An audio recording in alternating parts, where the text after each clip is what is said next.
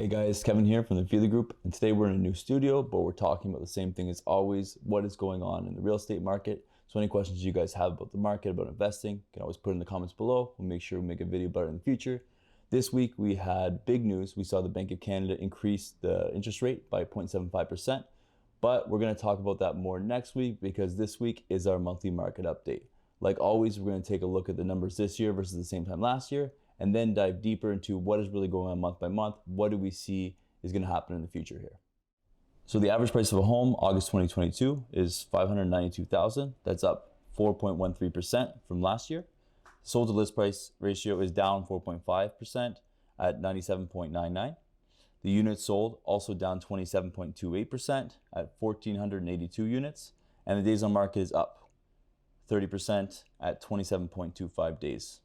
So specifically, detached homes, we had 580 homes sold, the average price being $747,000, up 3.5% from last year.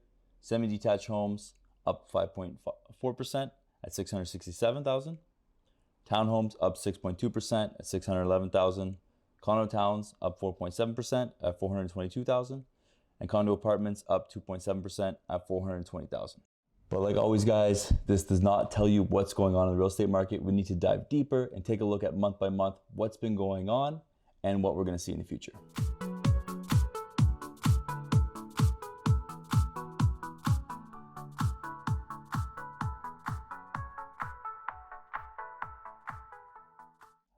All right, so first things first. While we see the average price is up over the same time last year, it's actually down 18% from the peak in March. So the average price of a home was $716,000 back in March, and in August it was $592,000. If you take a look in the right-hand corner, you'll see if you bought in September of last year, you actually had a negative ROI at 0.5%. So if we take a look at the average price of August 2022 at $592,000, you'll see that it is actually under the majority of the average prices last year, above only January, July, August, and December. But if you look in the top right corner here, you'll see that there's a 9% ROI positive if you would have bought in January 2021. So like I said, the average price point is down 18% from the peak of this year.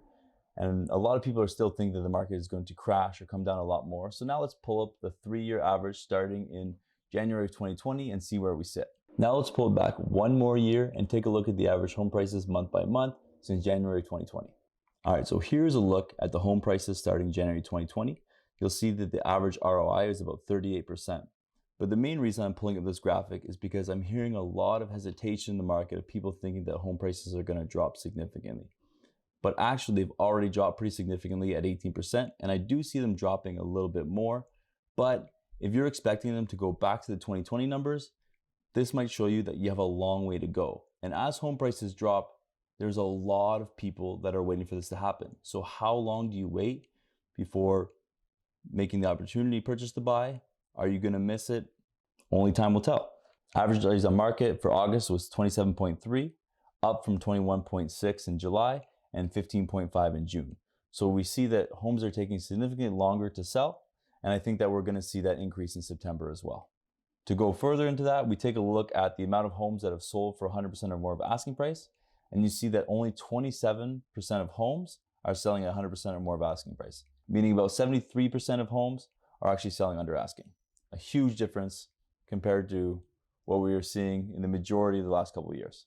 All right, finally, we're gonna take a look at the graphics that go week by week and see what is really going on here. Next, let's take a look at our graphics that show week by week the amount of listings that we're seeing on the market, the amount of solds, and the average sale price. So first, again, we look at new listings by week. We can see that 2022 is on par with both 2019 and 2021. Where we see the major difference is when we look at the sold properties. We took a look at this a couple weeks ago where we saw the sold properties actually bump up for a couple of weeks, but you can see that we are starting to see them decline again.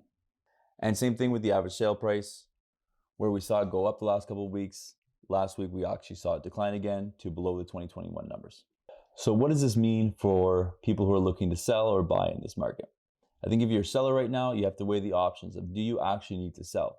If you do need to sell, then you do want to hit the market sooner than later, because as we get into the end of the year, the market does slow down even more, and interest rates increasing yesterday, and again, we're going to see them decrease in December, is only going to put more downward pressure on the market.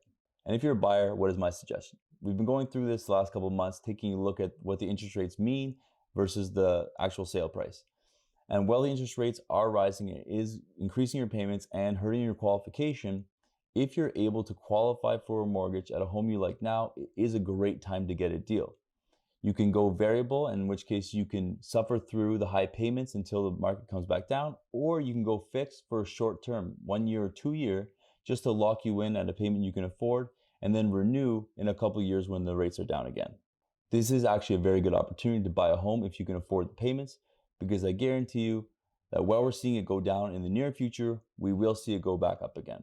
If you have any specific questions for you can always send me a message or put it in the comments below. These videos are for you guys. I want to know what you're interested in so we can answer those questions and help you out. Thanks again for watching, and I'll see you next week.